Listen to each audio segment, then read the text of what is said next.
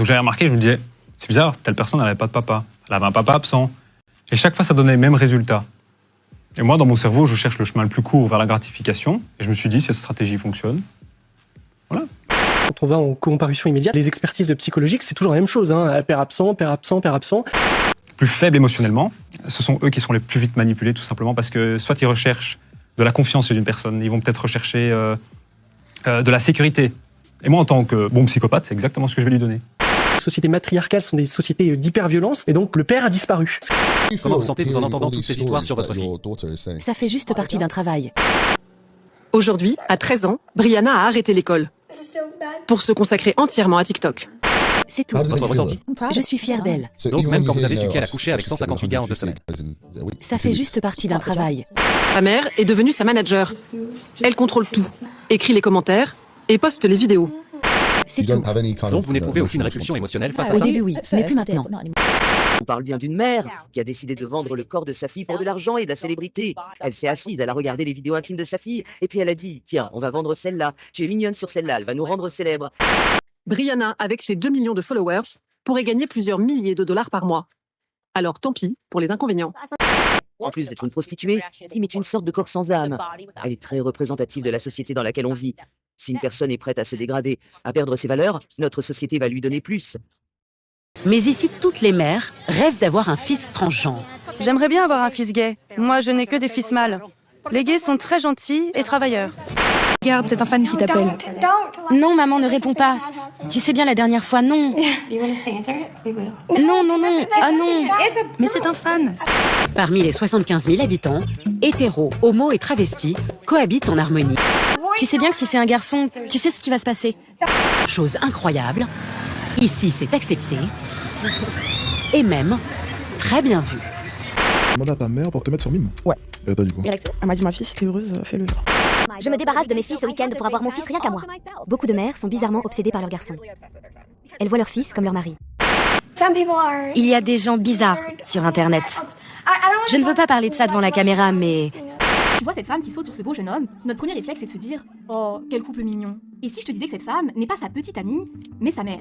Tout à coup, ça devient beaucoup moins mignon et presque dérangeant. Vous avez un jeune homme sous le choc. Hein, il vient de voir sa mère dans une position lubrique, en train de twerker comme ça, devant un homme qui n'est visiblement pas son père. La scène est évidemment embarrassante, immorale. On a des mères qui crient partout que leur fils est leur seul véritable amour, qui sont ultra jalouses et détestent du plus profond de leur cœur leur petite copine, ou encore des mères qui adorent se prendre des fessées par leur fils. Je ne partage pas des vidéos sexuelles avec ma mère. C'est des vidéos érotiques, ce n'est pas la même chose. Ah, pardon. Leur comportement devient tellement étrange qu'Internet les a renommés les Toxic Boy Moms. Qui a décidé de commencer à tourner des vidéos pour adultes. Jusque-là, tout va bien. Mais elle confie le cadrage de ses ébats à son fils de tout juste 18 ans.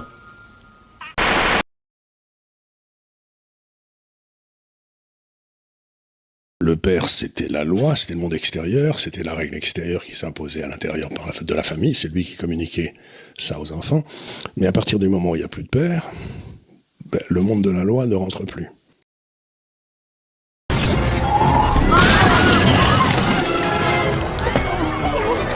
Peter! Reste avec moi! Ce garçon est un héros, vous devez être fiers de lui. En France, 1,5 million de mères, 1,5 million, c'est énorme, élèvent seuls leurs enfants. Ça veut dire le double d'il y a 30 ans. Et 90% des divorces, en particulier aux États-Unis, sont initiés par les femmes. Remarquez que la plupart des hommes qui n'aiment pas leurs enfants, la plupart des hommes qui n'ont pas d'amour pour leurs enfants, ce sont les enfants qui ont grandi uniquement avec leur maman. Les enfants ont grandi étant détruits de l'intérieur. Des mères qui apprennent à leur fils à déconstruire la masculinité toxique, c'est une nouvelle tendance sur TikTok. Pourquoi l'excès de virilité pose problème? Est-ce qu'il serait temps d'émasculer les hommes? Cette même masculinité toxique fait beaucoup de mal aux femmes et aux personnes LGBT. Sur ces TikTok, on la voit aussi bien apprendre à ses fils à descendre la cuvette des toilettes ou à faire la vaisselle, qu'à supporter les équipes de sport féminines ou à mettre sur papier leurs émotions. Des leçons qui, selon elles, leur permettront de devenir des hommes indépendants et alliés du féminisme, et surtout pour que, dans leurs futures relations, la charge mentale ne repose pas uniquement sur leur partenaire. Soigne ton ego avec Thérapie. Un produit développé par nos meilleurs laboratoires. Sa technologie élimine les toxines et rééquilibre ta masculinité. Oh, tel gars est pervers narcissique. Oh, tel gars est pervers narcissique. Mais qui sont ces pervers narcissiques-là? C'est bien nous les mamans. La différence entre papa et maman, c'est que papa ne centre pas l'éducation de l'enfant à détruire maman. le papa passe autant à dire à l'enfant, maman et moi, on a connu une belle histoire d'amour.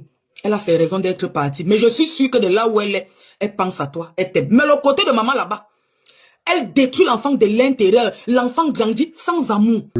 Quand le père est absent... Quand le père est absent, c'est l'indice de la criminalité le plus forte qui puisse exister. Quand le père n'est pas là, les garçons vont en tôle. Dans tous les pays du monde. Souvent, le père est au travail toute la journée, soit au champ, soit à la guerre. Il rentrait que le soir et quelques minutes de la présence du père suffisent. Bien sûr qu'une femme est capable aussi de rappeler la loi et de faire preuve d'autorité, qu'un homme est capable aussi d'aimer, ça va de soi, mais au fond, moi, ça ne me dérange pas que dans la famille traditionnelle, la distinction des genres, des sexes, recouvre en quelque chose cette dualité entre l'amour et la loi. En tout cas, chez nous, c'était comme ça. Si on a mis l'enfant dans le ventre de la mère, c'est pas pour rien. Tu vois, il y a vraiment un lien affectif, beaucoup de temps passé, et souvent quand la mère, quand elle est débordée, qu'est-ce qu'elle dit? Attendez quand votre père va rentrer. Exactement. Donc elle c'est une sait présence bien que... au moins morale. Mais ce que Thomas Sowell a montré, c'est que il met ça sur le dos de Johnson, qui était le président américain après Kennedy, qui a fait ce qu'on appelle la Great Society, c'est-à-dire qu'il a donné d'immenses avantages sociaux aux mères célibataires, etc. Donc quand il a fait ça, Johnson, il y avait à peu près 22% de naissances hors mariage dans la communauté noire. Maintenant, on est à 66%. Et la quasi-totalité des enfants noirs sont élevés dans des maisons où il n'y a pas de père ou un père qui tourne, quoi.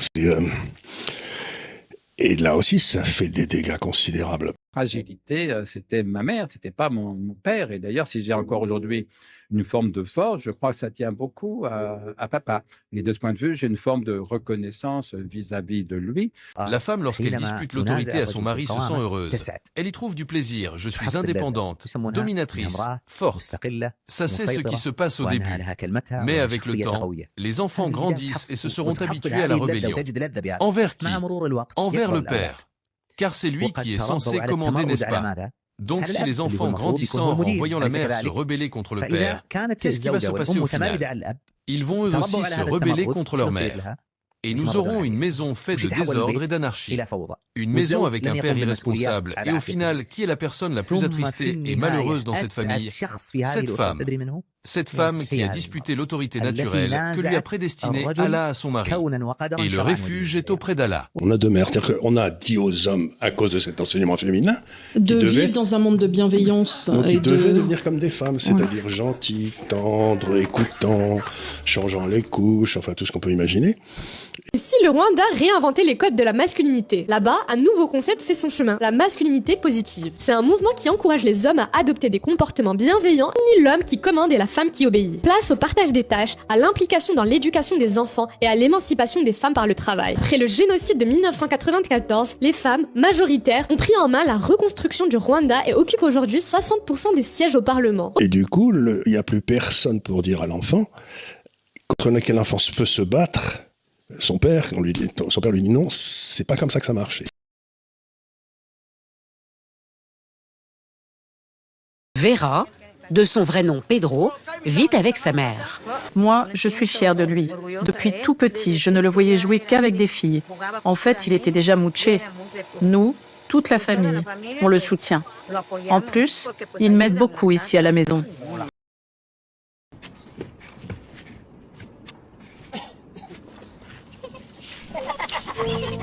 J'ai un fils dans la vingtaine. Voici ce qu'il m'a dit, une vérité qui m'a écrasée, mais dont j'avais besoin.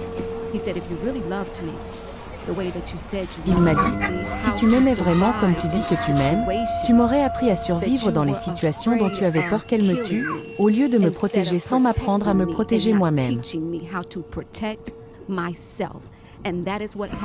Voilà ce qui arrive quand les mères pensent qu'elles peuvent élever des hommes. On ne leur apprend pas à se défendre comme un homme apprend à un homme à se défendre. On les couve, on devient ce mur de sécurité qui finit par s'effondrer quand il commence à prendre de l'assurance, l'envoie dans le monde sans protection. Et c'est pour ça qu'il t'en veut. Que des faits.